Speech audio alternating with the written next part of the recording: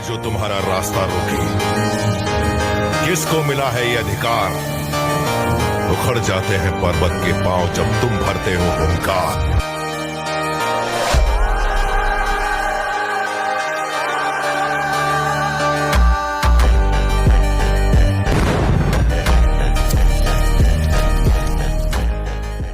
दोस्तों, क्या आपको भी ट्रिग्नोमेट्री हार्ड लगती है, समझ नहीं आती और आती भी है तो कुछ क्वेश्चंस गलत हो जाते हैं? भैया परपेंडिकुलर कहाँ होता है, बेस कहाँ होता है, हाइपोटेनस कहाँ होता है? इन्हीं सब चीजों को देखते हुए मैं लेकर आया हूं आप सभी के लिए ट्रिग्नोमेट्री का पहला लेक्चर, जहां पर हम कॉन्सेप्ट को निचोड़ तरीके से, ताबड़तोड़ तरीके से फील कर रहे होंगे और अच्छे अच्छे क्वेश्चन को कर रहे होंगे जो कि सीबीएसई में पूछे जाते हैं और तैयारी इस लेवल से इस लेवल तक ले जा रहे होंगे, ये मेरा प्रॉमिस है। आज मैथ की कहानी हम शुरू करते हैं। तो शुरू करने से मैं बता देना चाहता हूं, मेरा नाम आदित्य है, मैं आप सभी को साइंस और मैथ पढ़ाता हूं। ठीक, तो आज देख लेते हैं क्या कवर करने वाले हम लोग। सबसे पहले देखिएगा, आज हम लोग बेसिक इंफॉर्मेशन इंट्रोडक्शन सबसे पहले कवर करेंगे। उसके बाद ट्रिग्नोमेट्री का मीनिंग समझेंगे। मतलब अगर आपको ट्रिग्नोमेट्री का टी भी नहीं आता ना, मैं पूरा फील करा दूंगा, ये मेरा प्रॉमिस है। बस आप सबको क्या करना होगा, कॉपी कलम साथ में लेकर बैठना होगा और जो मैं बताऊं उसको नोट कर लेना होगा। ठीक, और इस बात की प्रॉमिस मेरी है कि आपको ट्रिग्नोमेट्री का बादशाह बनने से कोई नहीं रोक पाएगा। ठीक, और साइड आइडेंटिफिकेशन, ये सब हम लोग बेसिक से जानेंगे, कैसे हम लोग आइडेंटिफाई करते हैं। ठीक, और बाकी पाइथागोरस थ्योरम। बहरहाल ये सब कहोगे नए नए टॉपिक कहां से लाए, देखो मैं एक एक टॉपिक ब्रेक्स डाउन करके पढ़ाऊंगा और कुछ इंपॉर्टेंट क्वेश्चंस भी कराऊंगा जो कि बोर्ड पॉइंट ऑफ व्यू से तो अच्छे हैं ही, जिससे आपका बेस मजबूत हो जाएगा। ठीक, क्लियर, बहुत बढ़िया। तो शुरू करते हैं। शुरू करने से पहले दो लाइन से शुरू करते हैं। आज माँ के लिए दो लाइनें हैं, ठीक, जिन्होंने आपको जन्म दिया है। ठीक, देखो, मेरे तकदीर में एक भी गम ना होता अगर तकदीर लिखने का हक मेरी माँ को मिला होता। चलिए शुरू करते हैं बिना देरी किए। तो चलिए शुरू करते हैं बेसिक इंट्रोडक्शन के साथ, जिसमें हम लोग ट्रिग्नोमेट्री के बेसिक कॉन्सेप्ट को फील करेंगे। ट्रिग्नोमेट्री होता क्या है, सबसे पहले ये सवाल उठता है। जैसे आप लोग फील कर रहे होंगे कि क्लास 10 का एक चैप्टर है, ठीक, तो उसी प्रकार मेरे भाई ट्रिग्नोमेट्री चैप्टर तो है ही, लेकिन 11 12th में जाकर और ब्रॉड हो जाता है। तो इसीलिए ट्रिग्नोमेट्री क्या है, एक ब्रांच है मैथमेटिक्स का, मतलब एक शाखा है। जैसे एक पेड़ होता है ना, जैसे मान लो ये एक पेड़ है तो एक शाखा ये है, एक शाखा ये है, उसी प्रकार एक शाखा ट्रिग्नोमेट्री है मैथमेटिक्स का। ठीक, क्लियर, बहुत बढ़िया। अब बात करते हैं ट्रिग्नोमेट्री वर्ड का मतलब क्या होता है। जो ट्रिग्नोमेट्री वर्ड है वो ग्रीक वर्ड से लिया गया है। ठीक, ग्रीक वर्ड से लिया गया है जो कि दो वर्ड्स में डिविजिबल होता है। डिविजिबल का मतलब क्या हुआ, ग्रीक वर्ड दो वर्ड है, देखो, जो कि ट्रिग्नोन है और एक मेट्रोन है। भैया ये क्या है, जो ग्रीक वर्ड है वो थोड़ा सा कम समझ में आता है, तो इसीलिए हम अपने लैंग्वेज में कन्वर्ट कर लेते हैं। तो ट्रिग्नोन का मतलब क्या होता है मेरे भाई, ट्रेंगल्स। ट्रेंगल्स तो समझ में आता होगा ना, ट्रेंगल्स। ठीक, क्लियर। और अगर बात करते हैं मेट्रोन का मतलब क्या होता है, तो मेजरमेंट होता है। क्लियर, इतनी बातें क्लियर हुई, बहुत बढ़िया। क्या समझाया हमने कि ट्रिग्नोमेट्री एक ब्रांच होता है मैथमेटिक्स का, जहां पर हम लोग ट्रिग्नोमेट्री के वर्ड का मतलब अगर जाने तो क्या होगा कि ये एक ग्रीक वर्ड है जो कि ट्रिग्नोन और मेट्रोन शब्द जो है उसको अगर हम लोग देखते हैं अपने लैंग्वेज में तो उसका मतलब होता है ट्रेंगल्स, और इसमें क्या होता है, मेजरमेंट। तो इससे हमें ये पता चलता है, थोड़ा थोड़ा आइडिया होता है कि जो ट्रिग्नोमेट्री होता है उसमें हम मेजरमेंट करेंगे ट्रेंगल्स का। तो ट्रिग्नोमेट्री अगर कोई पूछे सिंपल से शब्द में, तो मतलब एक सेंटेंस में बता देना कि the science of measuring triangles. मतलब ट्रिग्नोमेट्री एक ऐसी साइंस है जहां पर हम ट्रेंगल्स के मेजरमेंट के बारे में पढ़ते हैं, जो कि एंगल्स पर बेस्ड रहता है और साइड्स पर बेस्ड रहता है। क्लियर, बहुत बढ़िया। तो एक बार 1 मिनट में मैं रिकैप दूंगा। ट्रिग्नोमेट्री एक ब्रांच होता है मैथमेटिक्स का, जहां पर हम क्या करते हैं, अगर देखते हैं ट्रिग्नोमेट्री के वर्ड का मतलब, तो वो ग्रीक वर्ड होता है। ग्रीक वर्ड ट्रिग्नोन और मेट्रोन से मिलकर बना हुआ है, जो कि ट्रिग्नोन का मतलब होता है ट्रेंगल्स और मेट्रोन का मतलब होता है मेजरमेंट। तो the science of measuring of triangle, that is called trigonometry. ये बेसिक इंट्रोडक्शन था, पेपर में इससे क्वेश्चन नहीं आता, लेकिन मैं आप सबको का बेस मजबूत कर रहा हूं कि मतलब आप लोग 11 12 में अच्छे से करें। देखो, मार्क्स तो आ जाएंगे, देखो मार्क्स लाना बड़ी बात नहीं है। ठीक, और बड़ी बात मार्क्स लाना नहीं है, बड़ी बात यह है कि आप आगे के लिए कितना प्रिपेयर हो रहे हैं वो मायने रखता है। अब मान लो कोई स्टूडेंट है 80% लाया समझकर, कोई स्टूडेंट है रट कर लाया 95%, तो 80% ज्यादा बेनिफिशियल होगा कंपेयर टू 95। क्लियर, बहुत बढ़िया। तो चलिए थोड़ा सा और देख लेते हैं ट्रिंगल्स के बारे में, कहां कहां से कैसे उत्पत्ति हुई। ठीक, तो चलिए देखते हैं। अभी हम लोगों ने ट्रिग्नोमेट्री के बेसिक्स को समझा, बेसिक इंफॉर्मेशन, बेसिक कॉन्सेप्ट को फील किया, लेकिन थोड़ा सा और लेवल को अप करते हैं और कॉन्सेप्ट सीखते हैं और मजेदार तरीके से पढ़ते हैं। ठीक, जैसा हम लोग जानते हैं ट्रिग्नोमेट्री क्या होता है, मेजरमेंट ऑफ ट्रायंगल्स होता है। अब बात करते हैं ट्रायंगल्स में हम लोग को कौन कौन से चीजों पे बात करनी है। तो एक तो साइड्स है, क्या भाई, एक तो साइड्स है और दूसरा एंगल्स है। बिल्कुल, बहुत बढ़िया। अब भैया अभी कुछ समझ में आया, कुछ नहीं आया, लेकिन अब पूरा आएगा। कैसे आएगा देखो, यहां फोकस करना, यहां ना करना, यहां करना, यहां ना करना। जैसे मैं बता रहा हूं, ध्यान समझना। मान लीजिए मैंने कोई लाइन को बनाया, मान लीजिए ये ओए एक लाइन है। अब मेरे दिमाग में एक नई आइडिया, नया विचार जागा कि मैं इसको इसी के ऊपर खड़ा कर देता हूं, एकदम सेम। ठीक, खड़ा करने के बाद क्या हुआ, जैसे हम लोग घर बनाते हैं तो पहले जमीन को एकदम प्लेन करते हैं, बराबर करते हैं, उसके बाद उसके ऊपर दीवार बनाते हैं, फिर कोना बन जाता है। तो उसी प्रकार मेरे भाई ये 90 डिग्री का एंगल बना रहा है। उसके बाद छत भी तो डालेंगे घर बनवाने के बाद। तो छत जब डालते हैं तो उसके बाद क्या होता है, एक नए शेप का निर्माण होता है जो कि ट्रायंगल कहलाता है। भैया इतना बेसिक समझा दिए। बिल्कुल भाई, मैं आपको बोर्ड लेवल का नहीं, बोर्ड के और अपर लेवल के लिए तैयार कर रहा हूं, क्योंकि बोर्ड में हो सकता है कभी किसी वजह से नंबर ना आए, हो सकता है, लेकिन लाइफ में आप कभी अनसक्सेसफुल नहीं होंगे, ये मेरा प्रॉमिस है। ठीक, आप याद करेंगे कोई था जो बता रहा था। ठीक, देखो मैंने बताया ट्रायंगल कैसे बनता है। अब ट्विस्ट यह आता है, अब मेन इंफॉर्मेशन अभी दूंगा, देखो ध्यान से समझना। ये मान लीजिए AOB एक ट्रायंगल है। ठीक, ठीक कि बिल्कुल क्लास 8 9th में टीचर्स बताते थे भैया कि ये बेस है और ये परपेंडिकुलर है और ये हाइपो है। बिल्कुल भाई, ये ठीक भी था, लेकिन अब ट्रिग्नोमेट्री में हम लोग आगे रेशियोज भी पढ़ने वाले हैं।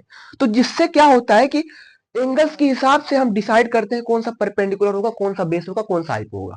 मैंने क्या बोला, एंगल्स के हिसाब से आप डिसाइड करेंगे कौन सा परपेंडिकुलर होगा, कौन सा बेस होगा, कौन सा हाइपो होगा। जैसे मान लो मेरे भाई, मैंने इसको मान लिया एंगल थीटा। थीटा है, ये क्या होता है, जैसे मेरे भाई हम लोग वेरिएबल एक्स वाई मानते थे, जेड मानते थे, ए मानते थे, उसी प्रकार मेरे भाई एंगल थीटा भी है ट्रिग्नोमेट्री में, जो कि यूज होता है खास करके। ठीक, अब बात करते हैं हम लोग परपेंडिकुलर, हाइपो और बेस को कैसे डिसाइड करते हैं। अब मेरी पहली बात को ध्यान से समझना, ध्यान से देखो। थीटा के जस्ट सामने वाला, मतलब कोई भी हो एंगल हो, जस्ट सामने वाला, जस्ट उसके सामने वाला, क्या बोला मैंने, कोई भी एंगल हो जस्ट उसके सामने वाला, जस्ट उसके सामने वाली साइड, जस्ट उसके सामने वाली साइड क्या कहलाएगी, परपेंडिकुलर। क्या भाई, परपेंडिकुलर। मैं लिख दे रहा हूं, नहीं कहोगे भैया लिख नहीं रहे हो, आप कह रहे थे अच्छे से पढ़ाओगे, पढ़ाऊंगा भाई बिल्कुल। देखो परपेंडिकुलर हो गया। अब दो चीजें बची, एक बेस बचा, एक हाइपो बचा। कैसे हम लोग उसको डिसाइड कर सकते हैं। अब भाई दोनों में एक ना एक तो होगा ही, लेकिन अब तुक्का थोड़ी लगाना है, कॉन्सेप्ट फील करना है। तो मेरे भाई दो लाइन की मदद से जो एंगल बन रहा उसमें से एक तो या तो हाइपो होगा या तो बेस होगा। तो कैसे हम लोग डिसाइड कर सकते हैं, देखो हाइपो जो होगा वो लॉन्गेस्ट साइड होती है, वो बड़ी होती है। तो जो बड़ी साइड होती है उसको हम हाइपो बोलते हैं, और जो छोटी साइड होती है उसको हम क्या बोलते हैं, बेस बोलते हैं। क्लियर, बहुत बढ़िया। और बेस का अच्छा नाम क्या होता है, एडजेसेंट, एडजेसेंट साइड। क्लियर, बहुत बढ़िया। और इसका और अच्छा नाम क्या होता है, लॉन्गेस्ट साइड, लॉन्गेस्ट साइड। क्या मैंने बोला, 1 मिनट के अंदर मैं रिकैप करवाऊंगा, अच्छे से समझ में आ जाएगा। मैंने क्या बोला, ये ट्रायंगल है, एंगल्स के हिसाब से आप डिसाइड करते हैं कौन सा बेस है, कौन सा परपेंडिकुलर है, कौन सा हाइपो है। कैसे डिसाइड करेंगे, मैंने क्या बोला कि एंगल के जस्ट सामने वाली साइड को हम क्या बोलते हैं, परपेंडिकुलर बोलते हैं। और एंगल्स जो जिन दो लाइनों की मदद से एंगल्स बन रहा हो उनमें से या तो एक हाइपो होगा या तो एक बेस होगा। कौन सा हाइपो होगा, कौन सा बेस होगा, तो जो लंबी साइड हो, जो लॉन्गेस्ट साइड हो उसको हम हाइपो बोलते हैं, जो छोटी साइड हो उसको हम क्या बोलते हैं, जो एडजस्ट हो जा रही हो उसको हम क्या बोलते हैं, बेस बोलते हैं। क्लियर, बहुत बढ़िया। कहोगे भैया ये तो समझ में आ गया, अगर by the way theta, theta theta एक मिनट, बाय द वे थीटा यहां की जगह, यहां की जगह, यहां की जगह यहां एंगल दिया गया हो तो क्या करेंगे, तो वही जस्ट वही कॉन्सेप्ट को अप्लाई करेंगे। कौन सा, जो हमने बताया कि एंगल के जस्ट सामने वाला क्या होता है, हमेशा याद रखिएगा। अब यहां ये परपेंडिकुलर नहीं रह जाएगा, एंगल के जस्ट सामने वाला ये परपेंडिकुलर हो जाएगा। और इन दोनों में आपको डिसाइड करना है कौन सा हाइपो है कौन सा बेस है। तो हाइपो हमेशा पता है कि लॉन्गेस्ट साइड होती है और बेस क्या होता है एडजेसेंट साइड, मतलब छोटी साइड होती है हाइपो की कंपेरेबिलिटी। क्लियर, बहुत बढ़िया।